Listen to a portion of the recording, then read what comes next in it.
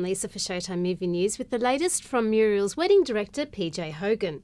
And while it might have been 18 years between Aussie comedies, it was well worth the wait because this time PJ's simply gone mental, even to the point where he's joining me here in the studio. PJ, welcome. Nice to be here. Now, this film is said to be semi-autobiographical, which is kind of hard to believe. I mean, with the utmost respect, what part of this crazy story could possibly be true? Look, Lisa, I would take the semi out of semi-autobiographical. Really? I mean, almost all of it is really happened. But so did Muriel's wedding. And when I made that all those years ago, a lot of people said, no, that couldn't possibly have happened.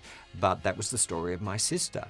And Mental is, again, based on events that occurred when I was very young. I was 12 years old, and my mother had a nervous breakdown. My father, who was running for local government at the time, he said, look, nobody votes for a guy whose wife is bonkers, so keep quiet. Your mum is on holiday in Wollongong. Much more. What a stupid name. No wonder they put you away. Maybe we should be seeing somebody. I'm autistic. Dad, I'm See? a your voice, Dad. That left Dad with us, 5 rat bags, and he was at the end of his tether, and he stopped for a hitchhiker. He trusted her because she had a dog, and we came home from school one day and there was this strange woman sitting on our couch, a hunting knife sticking out of her boot. She was rolling what I thought was a cigarette, and that was Shaz, and she proceeded to sort us out. Who's that woman? Oh, I forget her name, but you are to do everything she tells you. She's staying in your room. Where will I sleep? You share with Jane. I am Jane.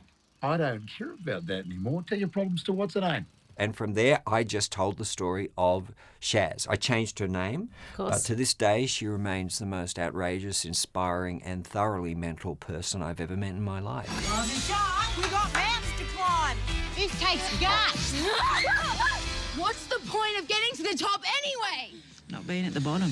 It was fortuitous that my dad picked up this strange, crazy woman because she was the first one that told us, my brothers and sisters and I, that we were in fact not a bunch of losers. Right. That we were in fact special, though eccentric. And she always used to say to me, better to be a black sheep than a sheep.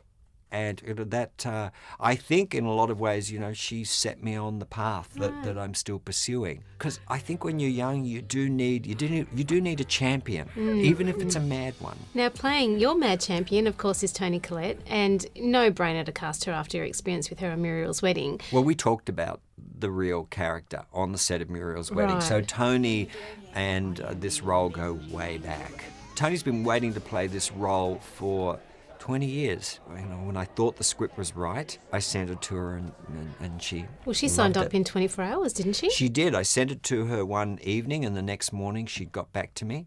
She called me and she just said, I love it, I'm in, when do we start? And then rudely fell pregnant and you had to wait a year. And rudely decided to have a child, and we had to wait for her. But Toni could have had 3 children in a row, and I still would have waited for her. You've got a choice.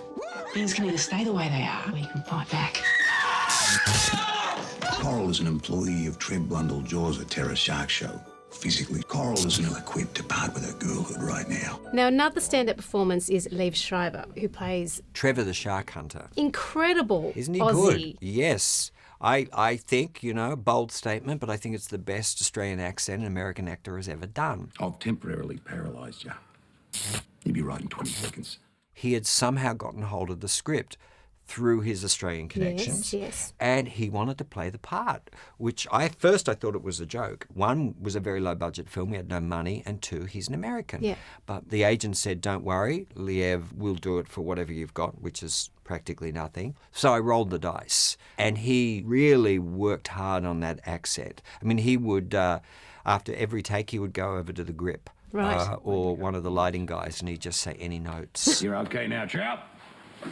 Piss off. Music, again, plays a huge role in this film. This time, The Sound of Music, with your spin on the opening scene of The Sound of Music. Almost in shot Mental. for shot, except Yes. in a suburban backyard. So how on earth do you get the rights for The Sound of Music? You beg. Yes. Look, I've had a lot of luck with music in my films. ABBA kindly gave me the rights to a lot of their music for Muriel's wedding.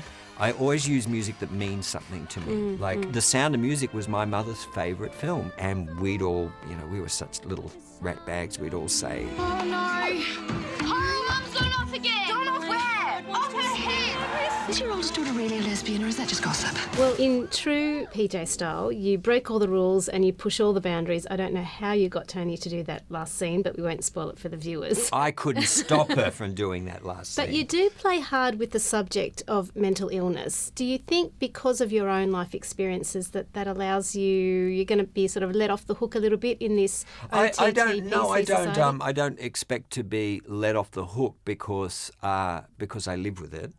I have a schizophrenic sister. I have a bipolar brother. I have 2 autistic children. It motivated me to make the film. I want to talk about it. I don't want anybody to let me off the hook. I made a comedy because I know that when you have somebody who's mentally challenged in your life, you have to laugh or you yourself go crazy. So laughter was very important. And I wanted people to talk about the film. Rant or rave, I want people talking about the film. And it is a very politically incorrect film, proudly politically incorrect. Political correctness is another way of saying, I don't want to talk about that. Yeah. And I want anybody to be able to say, when they go to a job interview, you're free to be able to say, I have asthma, and they're not allowed to discriminate you.